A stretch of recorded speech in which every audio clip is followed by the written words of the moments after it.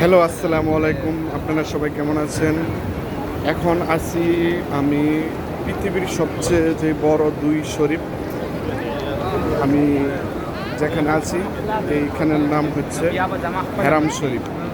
আল্লাহর সবচেয়ে পবিত্র কাবাগরের পবিত্র স্থান হেরাম শরীফে আছি।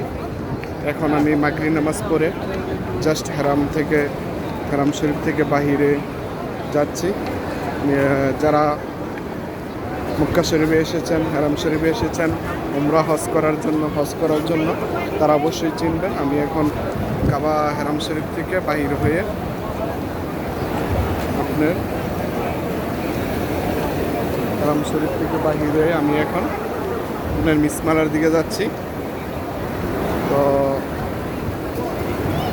এই ভিডিওটি বানানোর উদ্দেশ্য হচ্ছে আমি সবচেয়ে গর্বিত এবং আমি আল্লাহর কাছে হাজারো শুকরিয়া আদায় করতেছি যে আল্লাহ আমাকে এই পবিত্রতম এমন সবচেয়ে বড় উচ্চ মাকান এবং সবচেয়ে পবিত্রতম জায়গায় থাকার তৌফিক দেওয়ার জন্য আল্লাহর কাছে হাজারো শুকরিয়া আদায় করতেছি। প্রচুর লোকের সমাগম। এখন অলরেডি বিভিন্ন দেশ থেকে হাজি যারা হজ করবেন, ঘুরে হজ করবেন, তারা অলরেডি মক্কা শরীফে এসে পড়েছেন। তো আলহামদুলিল্লাহ, আল্লাহ আমাকে আজকে পবিত্র জুম্মার দিনে তৌফিক দান করেছে মাগরিবের নামাজটি হেরামে আদায় করার মতো তৌফিক দান করেছেন। আল্লাহর কাছে হাজারো শুকরিয়া। পুরা মুসলিম জাহান সবার জন্য দোয়া করলাম এবং আমার ফ্যামিলির জন্য দোয়া করলাম, আমার নিজের জন্য দোয়া করলাম। অনেক ভালো লাগতেছে, অনেক কমফোর্টেবল ফিল করতেছি।